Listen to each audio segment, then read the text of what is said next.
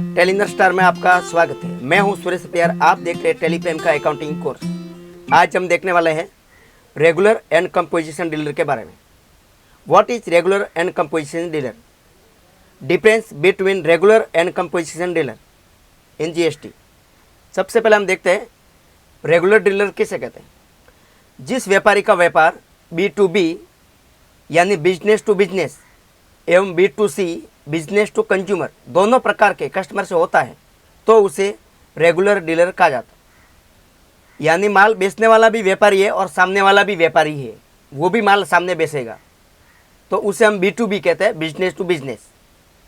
और B2C यानी व्यापारी से उपभोक्ता, जो सामने माल बेचता ही नहीं है, तो उन दोनों प्रकार के कस्टमर से होता है अगर व्यापार, तो उसे रेगुलर डीलर कहा जाता है। लेकिन कंपोजिशन डीलर में जिस व्यापारी का व्यापार ज़्यादातर B2C यानी बिजनेस टू कंज्यूमर वाले कस्टमर से होता है तो उसे कंपोजिशन डीलर कहा जाता है। एक बात आपको ध्यान रखना है, अगर ज़्यादातर बिजनेस B2B यानी बिजनेस से बिजनेस वाले व्यापारी से ज़्यादातर होता है तो आपको रेगुलर डीलर में रजिस्ट्रेशन करवाना होता है। और अगर बिजनेस ज़्यादातर बिजनेस से नहीं किसी और उपभोक्ता से होता है तो कंपोजिशन डीलर में रजिस्ट्रेशन करवाना होता है। जीएसटी में दो टाइप का रजिस्ट्रेशन होता है, रेगुलर और कंपोजिशन, ये आपको ध्यान रखना है। यानी ज़्यादातर बिजनेस से बिजनेस नहीं, बिजनेस से उपभोक्ताओं, जो प्रोसेसर है ज़्यादातर जो व्यापार आगे नहीं कर रहे हैं, वो सिर्फ उनके यूज के लिए ले रहे हैं, वो यूजर है, तो कंपोजिशन डीलर में रजिस्ट्रेशन करवाना होता है। ये ध्यान रखना है आपको। आगे बढ़ते हैं, difference between regular and composition dealer GST. अब हम उन दोनों में अंतर देखना है कि रेगुलर डीलर और कंपोजिशन डीलर में क्या अंतर है। रेगुलर डीलर में उसमें टर्नओवर की कोई अधिकतम सीमा नहीं है, आप साइज जितना व्यापार कर सकते हैं। लेकिन कंपोजिशन डीलर उसमें टर्नओवर की अधिकतम सीमा होती है जो 1.5 करोड़ से ज़्यादा नहीं होनी चाहिए। अगर 1.5 करोड़ से ज़्यादा होती है तो आपको रेगुलर डीलर में एक रजिस्ट्रेशन करवाना होगा। अगर 1.5 करोड़ के नीचे है तो आपको कंपोजिशन डीलर में रजिस्ट्रेशन कराना होगा। कंपोजिशन डीलर का थोड़ा अंतर डिटेल में समझते हैं। आगे बढ़ते हैं। यहाँ पर देखिए, composition scheme under GST turnover limit, यहाँ पर टर्नओवर लिमिट दिया हुआ है। वो किसके लिए है? नॉर्मल कैटेगरी स्टेट है उनके लिए 1.5 करोड़ है, और स्पेशल कैटेगरी स्टेट है उसके लिए 75 लाख रुपये, और अदर सर्विस प्रोवाइडर लिमिट है 50 लाख रुपये। उनसे अधिक नहीं होना चाहिए। यहाँ पर 1.5 करोड़ से अधिक नहीं होना चाहिए नॉर्मल कैटेगरी स्टेट के लिए, और स्पेशल कैटेगरी स्टेट के लिए 75 लाख से ज़्यादा नहीं होना चाहिए, और अदर सर्विस प्रोवाइडर के लिए 50 लाख से ज़्यादा टर्नओवर नहीं होना चाहिए। ये कंपोजिशन डीलर के लिए है। जैसे स्पेशल कैटेगरी में आते हैं अरुणाचल प्रदेश, मणिपुर, मेघालय, मिजोरम, नागालैंड, सिक्किम, त्रिपुरा, उत्तराखंड, वहाँ पर 75 लाख से ज़्यादा टर्नओवर नहीं कर सकते। अगर उन राज्यों में कंपोजिशन डीलर का 75 लाख से ज़्यादा टर्नओवर होता है तो उनको रेगुलर डीलर में रजिस्ट्रेशन कराना होगा। और अदर सर्विस प्रोवाइडर के लिए 50 लाख लिमिट दी हुई है कि 50 लाख से ज़्यादा उस स्कीम में आप टर्नओवर ज़्यादा नहीं कर सकते। अगर ज़्यादा होता है तो आपको रेगुलर डीलर में रजिस्ट्रेशन कराना होगा। आगे बढ़ते हैं। रेगुलर डीलर में उसमें व्यापारी राज्य के अंदर और राज्य के बाहर गुड्स को खरीद और बेच सकता है, यानी इंट्रा स्टेट और इंटर स्टेट दोनों में सेल और परचेज कर सकता है। लेकिन कंपोजिशन डीलर में उसमें व्यापारी केवल अपने ही राज्य में गुड्स को खरीद और बेच सकता है, लेकिन दूसरे राज्य में नहीं बेच सकता। हाँ, वो माल को इंटर स्टेट से खरीद जरूर सकता है लेकिन बेच नहीं सकता। आगे बढ़ते हैं। रेगुलर डीलर उसमें व्यापारी जो भी माल या सेवाओं की खरीद करते हैं और उस खरीद पर जो भी जीएसटी चुकाया जाता है तो उसका आईटीसी इनपुट टैक्स क्रेडिट प्राप्त हो जाता है। लेकिन कंपोजिशन डीलर उसमें व्यापारी को आईटीसी नहीं मिलता, नो आईटीसी अवेलेबल, उनको आईटीसी का लाभ नहीं मिलता, उन्हें क्रेडिट मिलेगा ही नहीं, उनको जेब से देना होगा। यहाँ पर देखिए, रेगुलर डीलर उसमें आने वाले व्यापारी जो भी माल अपने ग्राहक को बेचता है वह उस ग्राहक से जीएसटी वसूल सकता है, तो उस सेल पर वसूले गए जीएसटी को आउटपुट जीएसटी कहते हैं। लेकिन कंपोजिशन डीलर उसमें रजिस्टर्ड डीलर जो भी सेल करता है तो उस सेल पर वह ग्राहक से जीएसटी वसूल नहीं सकता। आगे बढ़ते हैं।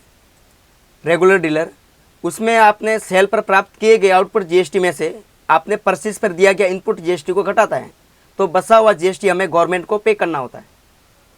उदाहरण के लिए आउटपुट जीएसटी ₹100 है और इनपुट GST ₹70 है, यानी आपने परचेज में ₹70 पे किया है और आउटपुट में आपका ₹100 रिसीव हुआ है, तो 100 में से ₹70 घटाया जाएगा और ₹30 हमें सरकार को पे करना पड़ेगा। उसका फॉर्मूला ये है कि output GST minus input GST बराबर GST पेबल। GST पेबल तब होता है जब आपका आउटपुट GST ज़्यादा होता है, तभी, ये ध्यान रखना आपको। आगे बढ़ते हैं। लेकिन कंपोजिशन डीलर में आपने लैपटॉप परचेज किया ₹50,000 का, उस पर आपने GST दिया ₹9,000, टोटल मिलकर आपने कुल मिलिए ₹59,000 पे किया परचेज में, लैपटॉप खरीदा।